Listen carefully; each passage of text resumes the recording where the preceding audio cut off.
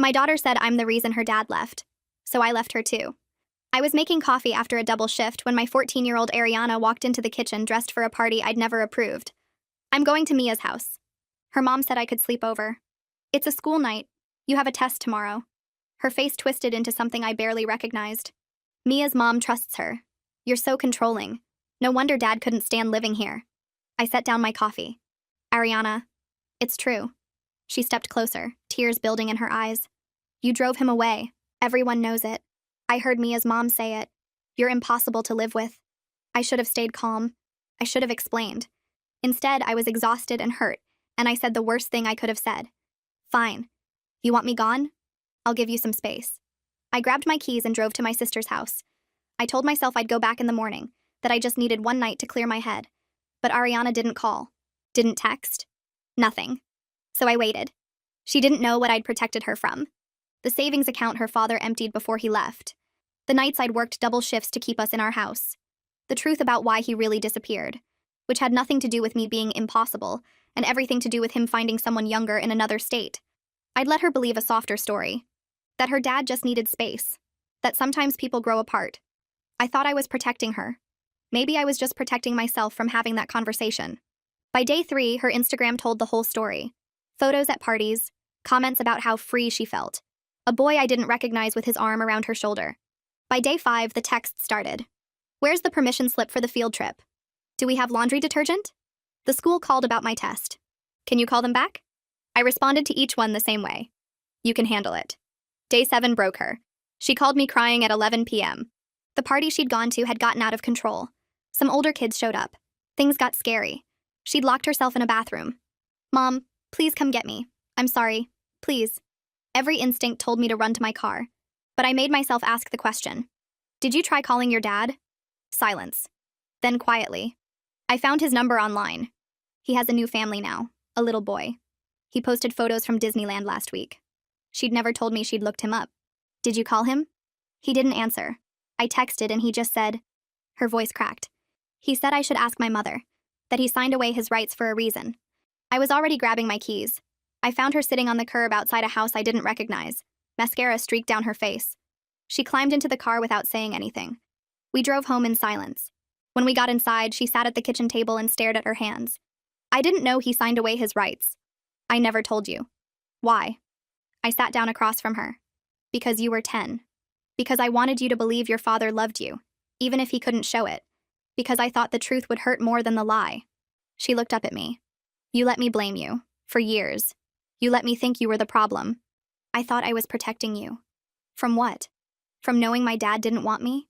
She started crying again. I already knew, Mom. I just didn't want to believe it. It was easier to be mad at you. I reached across the table and took her hands. I'm sorry I left this week. That wasn't fair. I was hurt, and I handled it wrong. I'm sorry I said you were the reason he left. She squeezed my fingers. You're not. You're the reason I'm okay.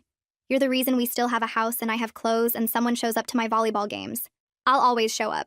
I know. She wiped her eyes. I think I always knew. I just didn't want to admit that the parent who stayed was the one who actually loved me. We sat there for a long time, not talking, just holding hands across the table.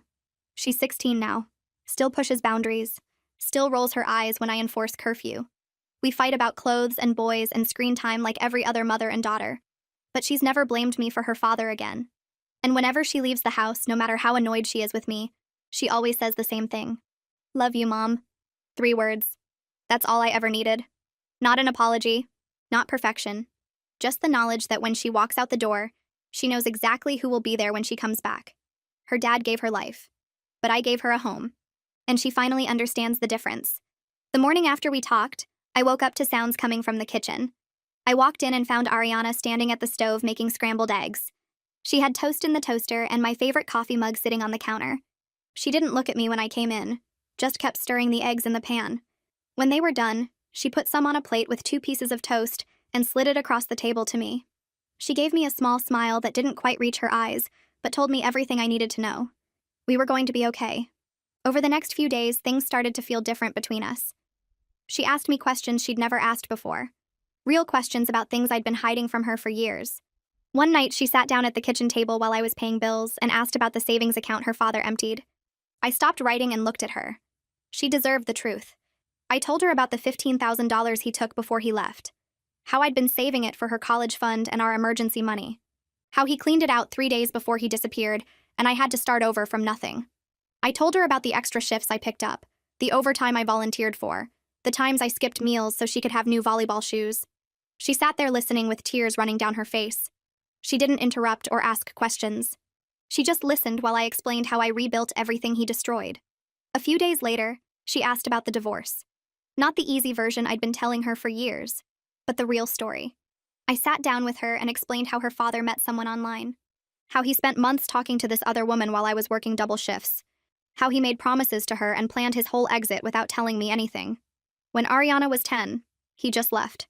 Packed a bag while she was at the school and drove to another state. No warning, no conversation, just gone. Ariana cried when I told her. She said she'd always wondered why he never called or visited. Why he forgot her birthday every year. Now she knew it wasn't because of something she did wrong.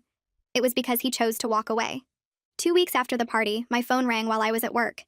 It was Ariana's school counselor calling about her missed test and the absences from the week I'd been gone. I explained that we'd had a family crisis without giving details. The counselor was understanding. She said Ariana could make up the test and offered to meet with her twice a week to help her catch up. She also suggested regular check-ins to make sure Ariana was doing okay emotionally. I agreed to everything. Ariana started meeting with the counselor every Tuesday and Thursday after school. She'd come home and tell me about their conversations. How the counselor helped her understand her feelings about her father. How she was learning to process her anger without taking it out on me. I was grateful for those sessions. They gave Ariana a safe place to work through everything without our relationship becoming the punching bag again. One Saturday morning, I pulled out our household budget and asked Ariana to sit with me. I showed her everything. The rent payment, the utility bills, the grocery costs, her volleyball fees and equipment. She stared at the numbers with her mouth open. She had no idea how much everything cost. No idea why I worked so many double shifts just to keep us in our house with food in the fridge. When I finished explaining, she looked at me with tears in her eyes and said she wanted to get a part-time job to help. I told her no. School and volleyball were her job right now. Her grades and her future were what mattered. But the fact that she offered showed me how much she'd grown up in just a few weeks. The boy from the party started texting Ariana constantly. She showed me the messages one night, her face tight with worry. He kept asking her to hang out, kept saying he wanted to see her again. She told me he'd made her uncomfortable that night, that something about him felt wrong. I watched her block his number right there in front of me. I was proud of her for trusting her instincts, for not ignoring that feeling in her gut just because some boy was giving her attention. I ran into Mia's mother at the grocery store the next week. She cornered me in the produce section with this fake concerned look on her face. She asked how Ariana was doing after her wild phase, said she'd heard about the parties and the missed school. I looked at her for a long moment. Then I told her politely but firmly that my daughter and our family were none of her business. I walked away feeling stronger than I had in months. That night, Ariana asked if she could stop being friends with Mia. She said Mia's influence had been mostly negative, that Mia encouraged her to sneak out and lie to me, that she wanted friends who made better choices. I told her that was her decision to make, that I'd support whatever felt right for her friendships. She seemed relieved, like she'd been waiting for permission to let go of something that wasn't good for her anymore. Ariana's next volleyball game happened on a Tuesday evening in the school gym. I got there early and found a seat in the bleachers near the back. The team warmed up on the court and I spotted Ariana right away in her number 7 jersey. She moved differently than she had at previous games. Her movements looked sharper, more focused. She wasn't looking around at the crowd or checking her phone between drills. She was just playing. The game started and I watched her serve, set, and dive for balls with this energy I hadn't seen in months. She smiled at her teammates. She called out plays. She looked like she was actually enjoying herself instead of going through the motions. Her team won the first set, then the second. After the game ended, the coach walked over to me while the girls were packing up their equipment. She introduced herself as Coach Hendricks and asked if she could talk to me for a minute. I said yes, wondering if something was wrong. She told me that whatever had changed at home was clearly helping Ariana's performance. She said Ariana had been distracted and unfocused for weeks, but in the last few games she'd been a completely different player. More engaged, more confident, a better teammate. I thanked her and told her we'd been working through some family stuff.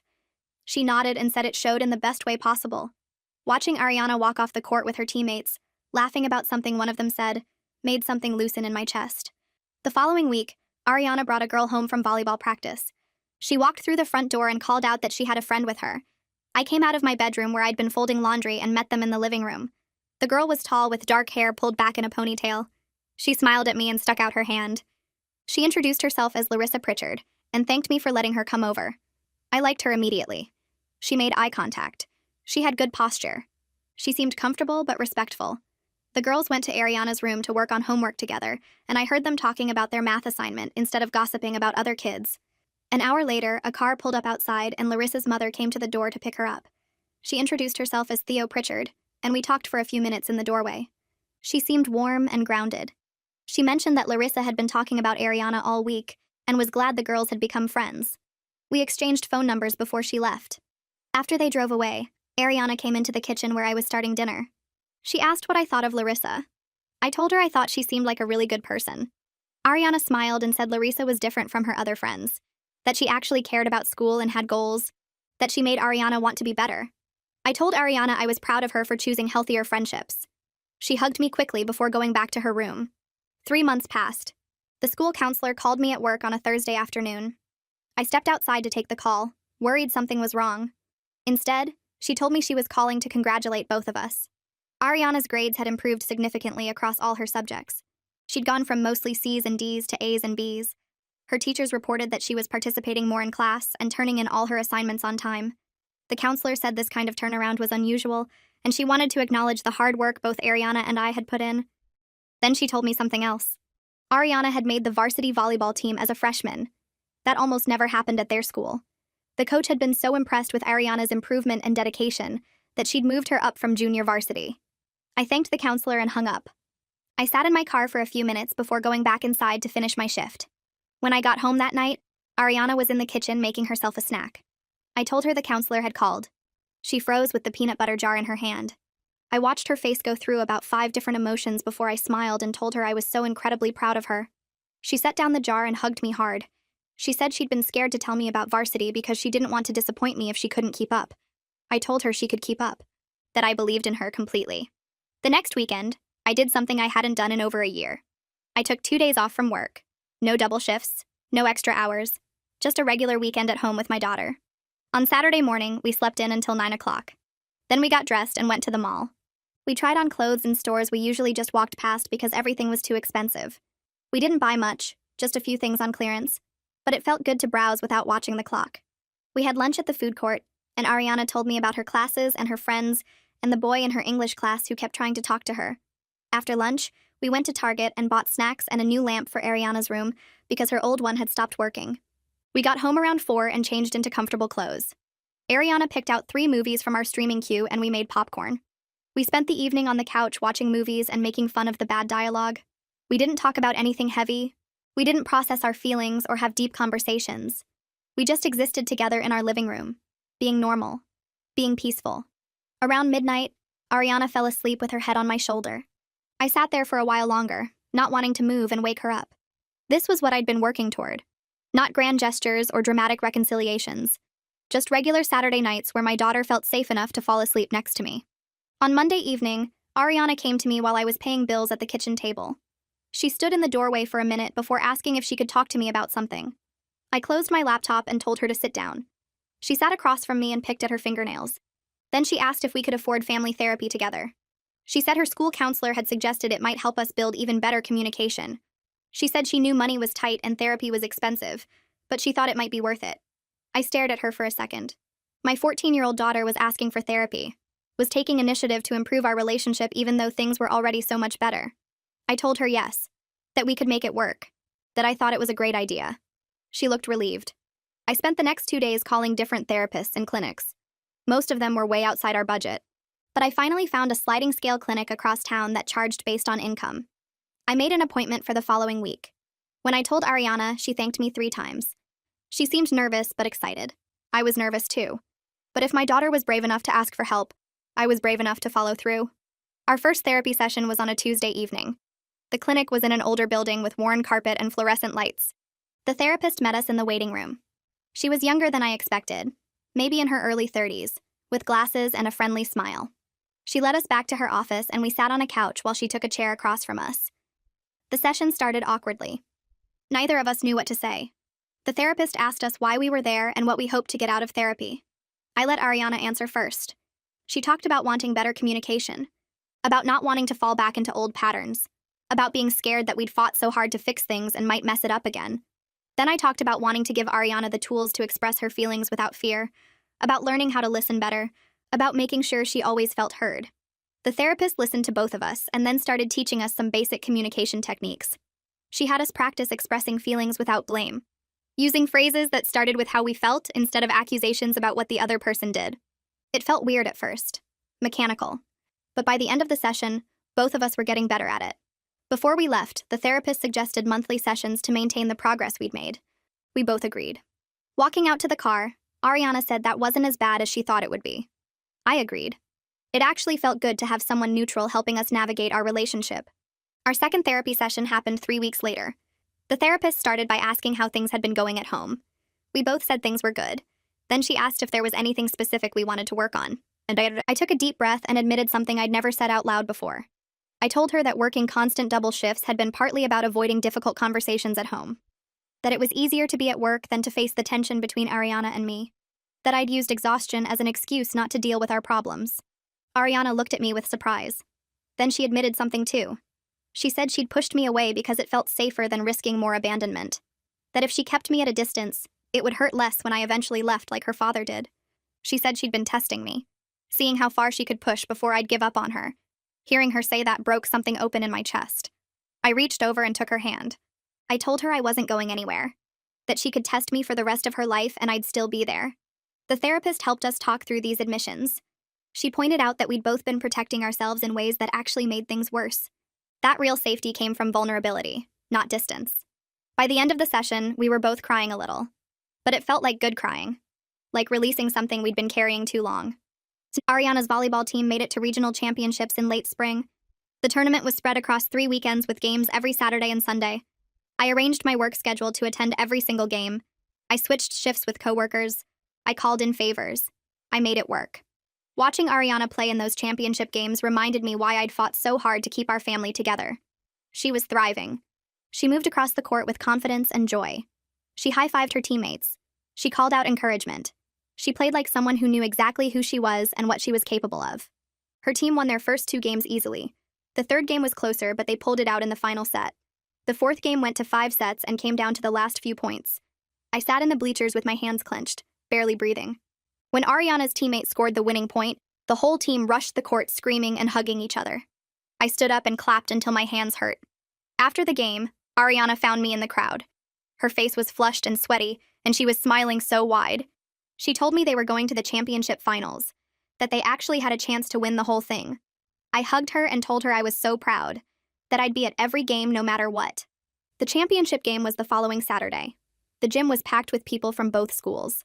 I got there an hour early to make sure I got a good seat. I ended up in the 3rd row right behind Ariana's team bench. The game started and both teams played hard. The score stayed close through the first 2 sets, each team winning 1. The 3rd set was tied at 23 when Ariana went back to serve. She bounced the ball a few times and looked up into the stands. Our eyes met and she waved at me.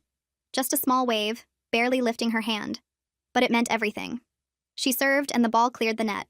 The other team returned it, but Ariana's teammate spiked it down for a point. Ariana served again. Another point. And again. Her team pulled ahead and won the set. They won the 4th set too. When the final point was scored and the game was over, Ariana's team exploded with excitement. They jumped and screamed and hugged each other in a big pile in the middle of the court. Parents rushed down from the bleachers. I made my way through the crowd toward the team. Ariana spotted me and broke away from her teammates. She ran across the court and threw her arms around me. I held her tight while she cried happy tears into my shoulder. She kept saying they won. They actually won. I told her I knew they would, that I never doubted her for a second. Standing there in that gym with my daughter in my arms, I cried too. These were the moments I'd been working toward. Not the big dramatic reconciliations or the therapy breakthroughs, just my daughter running to hug me first when something good happened in her life. 6 months had passed since the night I picked Ariana up from that party. We were sitting at the kitchen table after dinner when she brought up her father. She asked if I thought she should try reaching out to him one more time. She said she knew he'd probably disappoint her again, but she wanted to try. She wanted to know she'd done everything she could before giving up completely. I asked her what she wanted to say to him. She said she wanted to tell him how his abandonment had affected her. She wanted to ask if he'd be willing to have any kind of relationship with her at all, even just occasional phone calls or emails. I told her I supported whatever decision she made, that she had every right to reach out if that's what she needed. but I warned her to protect her heart, to prepare herself for the possibility that he wouldn't respond or that his response would be hurtful. She nodded and said she understood. She asked if I'd help her write the email. I said yes. We spent the next hour at the kitchen table working on it together. She wrote about her feelings and her life and her accomplishments. She asked honest questions about why he'd left and whether he ever thought about her. The email was careful and measured. It didn't blame or accuse. It just asked for the truth and the possibility of connection. When it was finished, she showed it to me one more time. I told her it was perfect. She took a deep breath and hit send. 2 weeks crawled by without any response from her father. I checked my email constantly during those first few days, watching Ariana's face fall each time she opened her laptop. She never said anything about checking her inbox, but I could tell from the way she stared at the screen and then closed it quickly. On day 10, she found me folding laundry in the living room and sat down on the couch next to me. She picked up a towel and started folding it without looking at me. She said she wasn't surprised he hadn't answered. She said she needed to try one last time so she'd never spend her life wondering what if. Her voice was steady and calm, more mature than I'd heard from her before. I told her I was proud of how she handled it. She smiled a little and kept folding towels. On day 16, her father finally responded. Ariana was at volleyball practice when the email came through. I saw the notification on my phone because she'd forwarded me a copy of her original email, and his response showed up in the same thread. I didn't open it. I waited for her to come home and discover it herself. She walked in the door at 6:30, dropped her gym bag in the hallway, and headed straight for her laptop on the kitchen table. I was making dinner and I heard her breath catch. She read it once, then twice, then looked up at me with tears already streaming down her face. She turned the laptop toward me. The email was 4 sentences long. He said he'd moved on with his wife and built a new family. He said looking backward wasn't healthy for anyone involved. He said he wished her well, but thought it was best if they didn't have contact. He signed it with just his first name. Ariana cried in my arms for 20 minutes. Her whole body shook and I just held her, rubbing circles on her back the way I did when she was little. When she finally pulled away, she wiped her eyes and said at least now she had closure. She said she was glad to know for sure instead of always wondering. She opened her laptop again, deleted his contact information from her email and her phone, and closed the computer. She seemed lighter somehow, like she'd been carrying something heavy and finally set it down. We ate dinner together that night and talked about her volleyball practice instead of her father. She laughed at something her teammate had said during drills. The conversation felt normal and easy in a way it hadn't in years. Over the next few weeks, I started noticing small changes in how Ariana talked to me. She called me mom more often instead of just starting sentences without any greeting. When Larissa came over to study one afternoon, Ariana introduced me as her mom with this tone of genuine pride instead of the teenage embarrassment I'd gotten used to. She told Larissa that I worked really hard to take care of both of us. Larissa smiled at me and said her own mom had mentioned how impressive it was that I managed everything on my own. These tiny shifts meant everything to me. Requested Reds is on Spotify now. Check out link in the description or comments. They showed me that Ariana finally understood what I'd been trying to tell her for years. My birthday fell on a Tuesday in late October. I wasn't expecting anything special because I had to work and Ariana had school. I came home that evening to find her sitting at the kitchen table with a wrapped box in front of her. She had this nervous excitement on her face like she couldn't wait for me to open it. I set down my purse and sat across from her. She pushed the box toward me and told me to open it. Inside was a framed photo of us at her volleyball championship game. We were both smiling huge smiles and her arm was around my shoulders. The frame had an inscription at the bottom that read, "To the parent who stayed, I love you, Mom." I started crying before I even finished reading it. Ariana told me she'd used money from babysitting to buy it. She said she wanted me to have something that showed how much she appreciated everything I did. I hugged her so tight and thanked her about 10 times. She laughed and said I was welcome and happy birthday.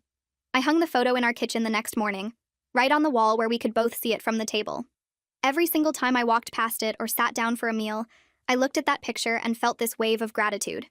It reminded me that being present mattered more than being perfect. It reminded me that all those double shifts and sacrifices had been worth it. It reminded me that Ariana finally saw me clearly, not through the lens of her father's abandonment or Mia's mother's gossip, but as the person who chose her every single day. A few weeks later, Ariana started asking me questions about my life that had nothing to do with being her mother. We were driving home from her volleyball practice one evening when she asked what I wanted to be when I was her age. I told her I'd wanted to be a teacher. She asked why I didn't become one. I explained that I got pregnant with her right after high school and had to start working immediately to support us. She was quiet for a minute, then asked if I ever regretted not going to college. I told her honestly that I wished I'd had the chance, but I didn't regret her. She nodded and said, maybe I could still go someday. The conversation felt different from our usual talks. She was seeing me as a whole person with dreams and interests beyond just taking care of her. These conversations continued over the following months. I shared stories about my own teenage years and the mistakes I made. I told her about the time I snuck out to a party and got caught and how scared I was when my mother grounded me for a month. I told her about the boy I dated who treated me badly and how I wished someone had helped me see the red flags earlier. Ariana listened carefully to every story. She started understanding that I wasn't trying to control her or ruin her fun. I was trying to protect her from painful lessons I'd learned the hard way. She told me one night that my stories helped her make better choices because she could see where certain paths led. 9 months after our reconciliation, Ariana brought home her report card and showed it to me with this proud smile. She'd made honor roll for the first time in 2 years. Every single grade was a B or higher. She told me that our improved home life had helped her focus on the school, instead of being angry and confused all the time. She said it was easier to care about homework when she wasn't fighting with me every day. I told her how proud I was, and suggested we celebrate with dinner at her favorite restaurant. We went that weekend and she talked the whole time about her classes and her teachers and her plans for next semester. Watching her be excited about school again felt like watching a flower bloom after a long winter. The following week, Theo invited us to a family barbecue at her house. She said several other volleyball parents would be there, and she thought it would be nice for everyone to get to know each other outside of games. I said yes immediately. We showed up on Saturday afternoon with a pasta salad I'd made that morning. Theo's backyard was full of people and music and kids running around. She introduced me to other parents and we stood around talking while our daughters played volleyball in the grass. Having a social network of supportive adults felt new and wonderful after years of isolation. These were people who understood the challenges of raising teenagers and balancing work and parenting. They invited me to join a group text where they shared carpooling schedules and game updates. For the first time in forever, I felt like I had a community. I noticed something had changed in me around this time. Ariana pointed it out one morning when I was getting ready for work. She said I looked different, lighter somehow, even though I was still putting in long hours at my job. I laughed and told her I felt the same as always, but she shook her head and insisted something was different about my face, the way I moved through the house. She was right, though I hadn't realized it until she said it out loud. The weight I'd been carrying for years, the constant worry and hurt from our fighting, had lifted. Working double shifts was hard on my body, but that emotional burden had been so much heavier. Without it pressing down on me every single day, I could breathe easier. I smiled more. I stood straighter. The physical exhaustion from work was nothing compared to the exhaustion of wondering if my daughter hated me. Our therapy sessions continued through the summer. One afternoon in late August, our counselor sat back in her chair and looked at both of us with this satisfied expression. She said we'd come incredibly far in the past year, and she was proud of the work we'd both done. Then she suggested we might be ready to reduce our sessions to just quarterly check-ins, maybe every 3 months instead of every week. I felt a flash of panic at first, worried we'd lose the progress we'd made without that weekly support. But Ariana reached over and squeezed my hand, and we talked it through right there in the session. We agreed to the reduced schedule but promised each other we'd keep having honest conversations at home, the kind we'd learned to have in therapy. The counselor reminded us that the tools we'd developed were ours to keep, and we could always come back if we needed more support. Walking out of that session felt like graduating from something important. The following fall, Ariana started high school. I was nervous about the transition, remembering how rough middle school had been for both of us. But she walked into that building on the first day with her head up and her shoulders back, completely different from the angry, confused girl she'd been a year earlier. She'd chosen her friends carefully over the summer, sticking close to Larissa and a few other girls from volleyball who seemed grounded and kind. She signed up for activities that actually interested her instead of whatever Mia had been doing. And every single day she came home to me. She'd walk through the door, drop her backpack, and tell me about her classes or her teachers or something funny that happened at lunch. She trusted me again, and I could see it in everything she did. My supervisor called me into her office one Tuesday morning in October. I thought I was in trouble for something, maybe taking too many shifts or not enough, but she told me to sit down and then offered me a promotion.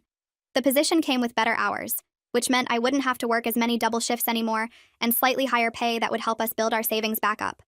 I accepted immediately, almost crying right there in her office. When I got home that evening, Ariana had cooked dinner. She'd made spaghetti and garlic bread. Nothing fancy, but she'd done it all herself while I was at work. She'd even set the table with real plates instead of paper ones. She said she wanted to celebrate my promotion, that she was proud of me. We ate together and talked about what the extra money might mean for us, maybe a real vacation someday or new equipment for volleyball.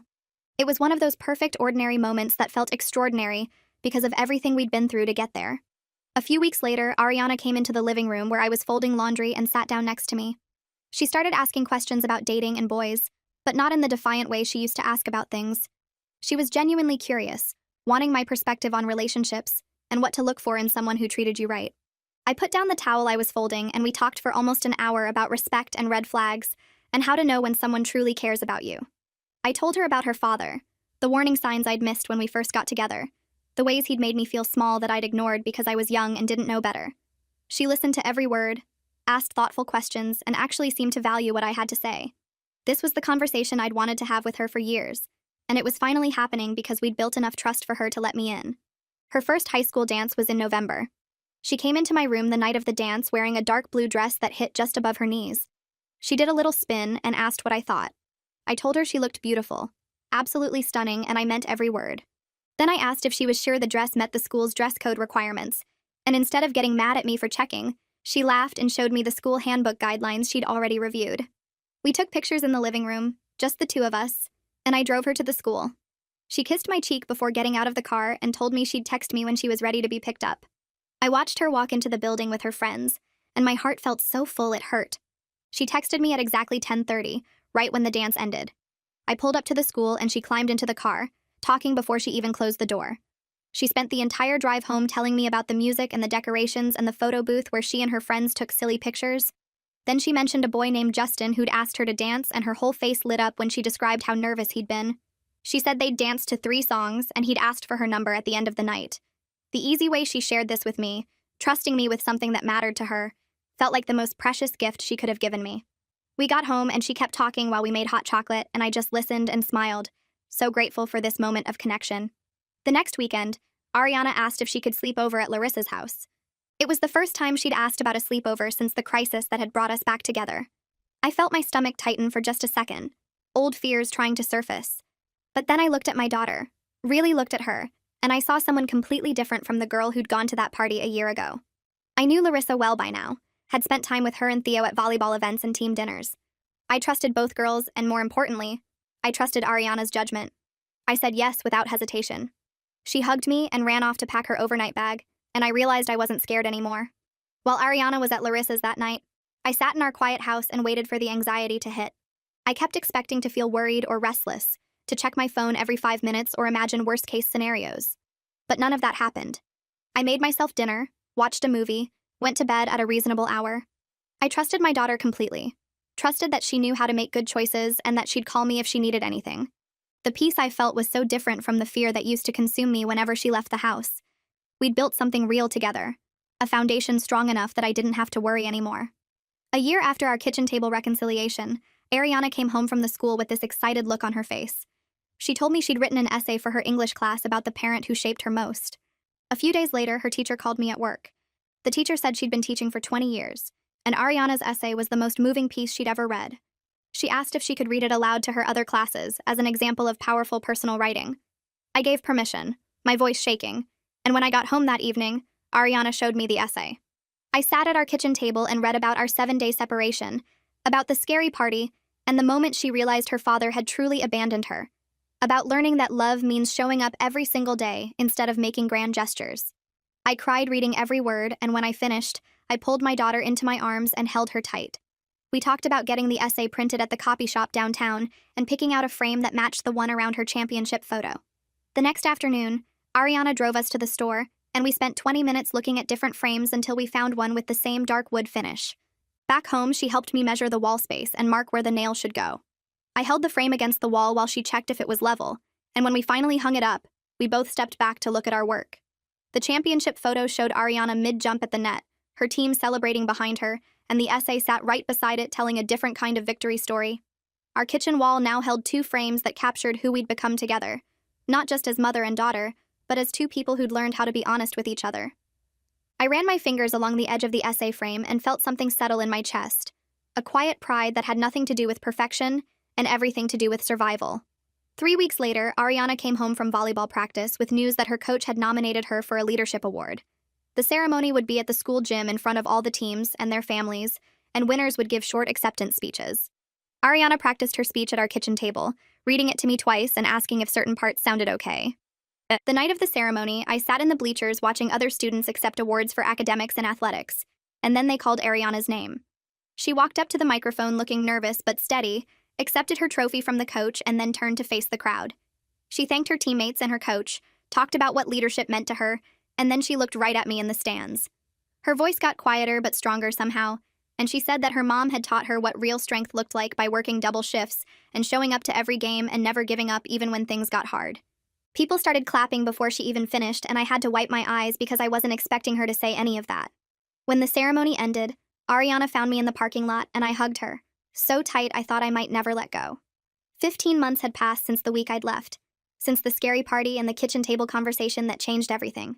I was at the grocery store comparing prices on pasta when I heard someone say my name. I turned around and there was Mia's mother standing by her cart, looking uncomfortable. She said she'd been wanting to talk to me for a while, that she owed me an apology for the things she'd said about my divorce and my parenting. She admitted she'd spread gossip without knowing the real story, and she was sorry for any pain she'd caused. I stood there holding my box of pasta and looking at this woman who'd made my life harder during an already impossible time. Part of me wanted to tell her exactly how much damage her words had done, how Ariana had thrown those rumors in my face during our worst fight. But I was tired of anger and blame, tired of carrying around resentment that only hurt me. I told her I accepted her apology, and I hoped she'd learned something about minding her own business. Then I pushed my cart past her and finished my shopping, and I felt lighter somehow, knowing I didn't have to hold on to that bitterness anymore. Our personal life wasn't her concern then, and it wasn't her concern now, and I'd made my peace with that boundary.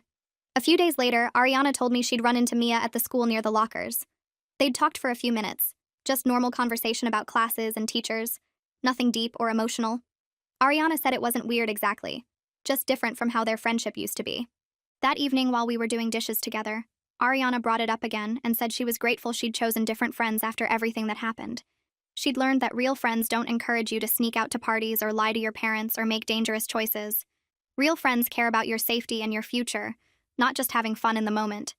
I handed her a plate to dry and told her I was proud of how she'd learned that lesson, even though it came from a scary experience. She nodded and said she wouldn't trade Larissa and her other volleyball friends for anything, that they'd shown her what real friendship looked like. As Ariana's 16th birthday approached, we sat down together to talk about new freedoms and responsibilities. She wanted a later curfew now that she was getting older, and I understood that was reasonable. We agreed on 11 o'clock on weekends instead of 10, but only if she maintained her grades at B or above. She also wanted to start driving once she got her license, which meant we needed to talk about car insurance costs. I showed her the numbers and explained I couldn't afford the full increase on my salary alone. Ariana said she'd get a part-time job on weekends to help pay for it, maybe at the coffee shop near school or babysitting for neighbors. I told her I'd match whatever she contributed, and we shook hands on the deal like we were business partners.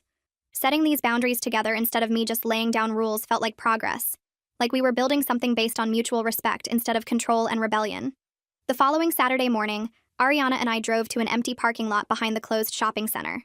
She had her permit now and needed practice before her driving test. I handed her the keys and she adjusted the seat and mirrors exactly like the instructor had taught her. She started the car carefully, checked all around for obstacles even though the lot was completely empty, and then slowly pressed the gas pedal. We spent an hour driving circles around the parking lot, practicing turns and parking between the faded lines. Ariana was nervous but focused, asking questions about blind spots and following distance. She never got frustrated when I corrected her, just listened and tried again. By the end of the session, she was parking smoothly and making clean turns, and I realized I actually trusted her behind the wheel. We made it a Sunday morning tradition after that, meeting in the same parking lot to practice until she felt ready for her test. 2 years had passed since our kitchen table reconciliation, since the night I'd picked her up from that party, and we'd finally told each other the truth. Ariana suggested we return to that same spot and make it a tradition to check in honestly with each other every year on this date. We sat down after dinner with cups of tea, the framed essay hanging on the wall behind us like a reminder of how far we'd come. The kitchen looked the same, but everything felt different, calmer somehow. Ariana said she wanted us to always have this space to talk about hard things, to make sure we never fell back into the pattern of avoiding difficult conversations. I agreed and told her I thought it was a smart idea, that having a scheduled time to be vulnerable with each other would keep us connected even when life got busy. During our check-in, Ariana told me something I hadn't expected. She said she was grateful I'd left that week, even though it had been scary and painful at the time. It forced both of us to face hard truths we'd been avoiding, made her realize how much she needed me, and made me realize I couldn't protect her by hiding from difficult conversations. She said the week apart had been necessary somehow, like breaking a bone that had healed wrong, so it could heal right the second time. I took a sip of my tea and thought about that, about how sometimes you have to fall apart before you can build something stronger. I told her I was grateful she'd called me from that party, that hearing the fear in her voice had reminded me what really mattered. Not being right or protecting my pride or avoiding pain, just being there for my daughter when she needed me most. We sat quietly for a minute, both of us thinking about how close we'd come to losing each other completely. Then Ariana asked me a question that made my breath catch. She wanted to know if I ever regretted having her so young, if I resented all the sacrifices I'd made. I looked at my daughter across the table, this smart and strong 16-year-old who'd grown into someone I genuinely liked spending time with. I told her the truth, that motherhood was the hardest thing I'd ever done, and there were plenty of nights I'd cried from exhaustion and worry, but she'd never been a burden, not once in 16 years. She'd always been my reason to keep going, my reason to work those double shifts and fight to keep our house and show up to every volleyball game. Having her young meant I'd missed out on some things, sure, but I'd gained something more valuable than any experience I'd given up. I'd gained her, and I wouldn't trade that for anything in the world. Ariana brought up her father one afternoon while we folded laundry together in the living room. She said his name without the usual tension in her voice, just matter of fact, like she was talking about someone she used to know a long time ago. She told me she'd been thinking about him differently lately, understanding that his choice to leave wasn't about her being unlovable or me being impossible. It was about his own limits, his inability to handle responsibility or stay when things got hard. She said she'd made peace with it because she finally saw that his absence said everything about him and nothing about her worth. I stopped folding the towel in my hands and looked at her, this almost grown daughter who'd figured out something that took me years to understand. She smiled a little and said she was grateful for the therapy sessions, for learning how to talk about hard things without letting them control her life. Then she mentioned something that caught me completely off guard. She wanted to study psychology in college. She said watching how our family therapy had transformed our relationship showed her how powerful honest communication could be, how much healing was possible when people learned to really talk to each other. She wanted to help other families find that same kind of breakthrough, especially kids dealing with absent parents or complicated family situations.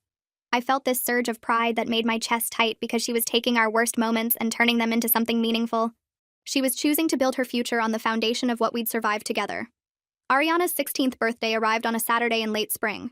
I took an extra shift the week before to afford the party she deserved, renting space at the community center where her volleyball team practiced. I invited her teammates, her close friends from the school, and a few of the parents I'd gotten to know through games and tournaments. Larissa helped me decorate with streamers and balloons in Ariana's favorite colors, while Theo set up a playlist of music I'd carefully screened to make sure it was appropriate. Ariana walked in wearing a dress she'd picked out herself, something between little girl and young woman, and her face lit up when she saw all the people who'd shown up for her. I stood back and watched her move through the room, hugging her friends, laughing at jokes, posing for photos with her teammates. This was what I'd worked for all those double shifts and sleepless nights. Not the party itself, but the joy on her face, the confidence in how she carried herself, the knowledge that she was surrounded by people who genuinely cared about her. She caught my eye from across the room and mouthed, "Thank you," and I had to blink back tears because this moment felt like proof that we'd made it through the worst and come out stronger. Halfway through the party, Larissa tapped a spoon against a cup to get everyone's attention. Ariana stood up looking nervous, and I realized she was about to make a speech. She cleared her throat and thanked everyone for coming. Then she turned to look directly at me. She said she wanted everyone to know that I wasn't just her mother, but her hero, the person who taught her what real love looked like through actions instead of words. She told them I'd worked double shifts to keep a roof over our heads, showed up to every volleyball game no matter how tired I was, and never gave up on her even when she pushed me away. Her voice got thick with emotion when she said I wasn't the reason her father left. I was the reason she was thriving, the reason she had a home and opportunities and people who cared about her. She said everything good in her life came from my refusal to quit on us.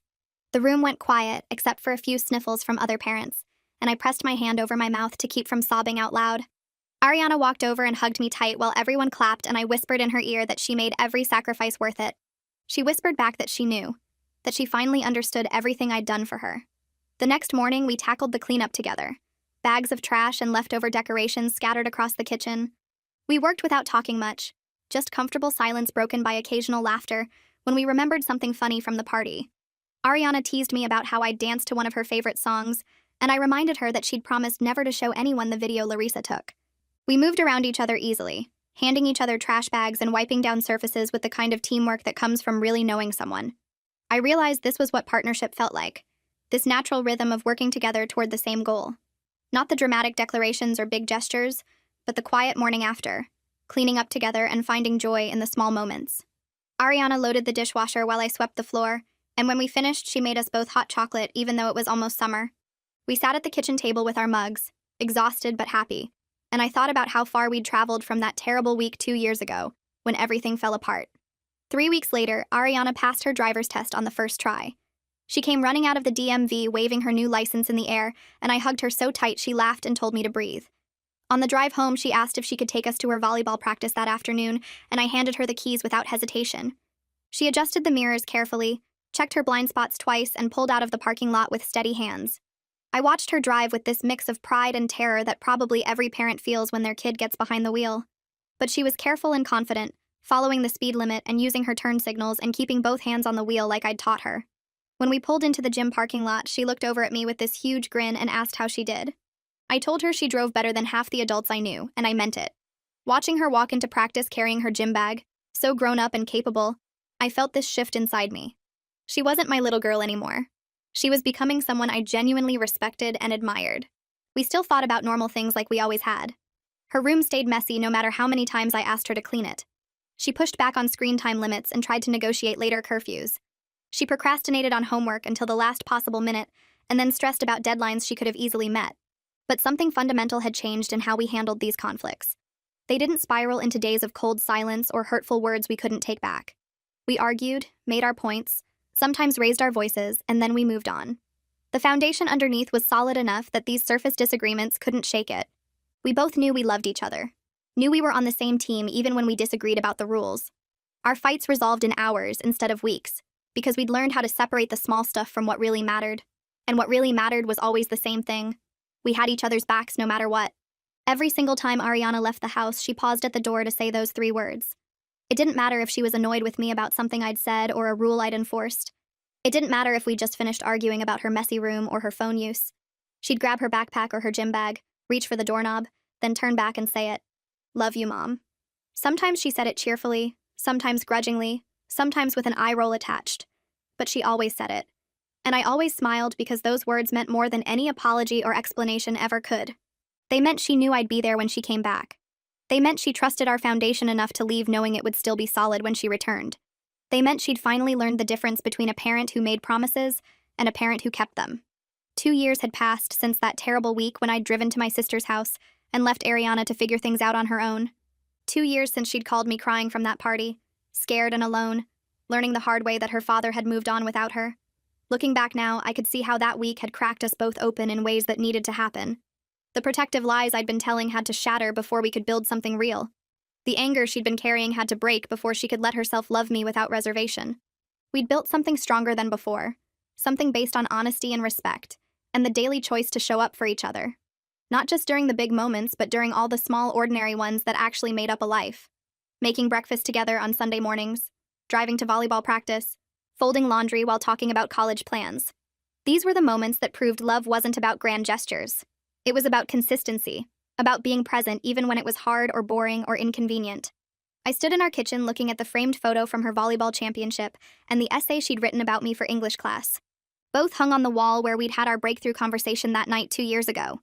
The photo showed Ariana mid-serve, focused and powerful, and completely in her element. The essay described her journey from angry teenager to someone who understood that love meant showing up, not just saying the words. I read the last line again even though I'd memorized it months ago. My father gave me life, but my mother gave me a home. And that made all the difference. I used to think her father's absence was my failure somehow, that if I'd been better or different or more, he would have stayed. But standing here looking at everything we'd built together, I finally understood what Ariana had figured out before I did. He gave her life. I gave her everything else. And she understood the difference now, really understood it in a way that went deeper than words.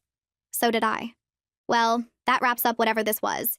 If you stayed until the end, I assume curiosity got the best of you. Might as well come back next time and see if I top it.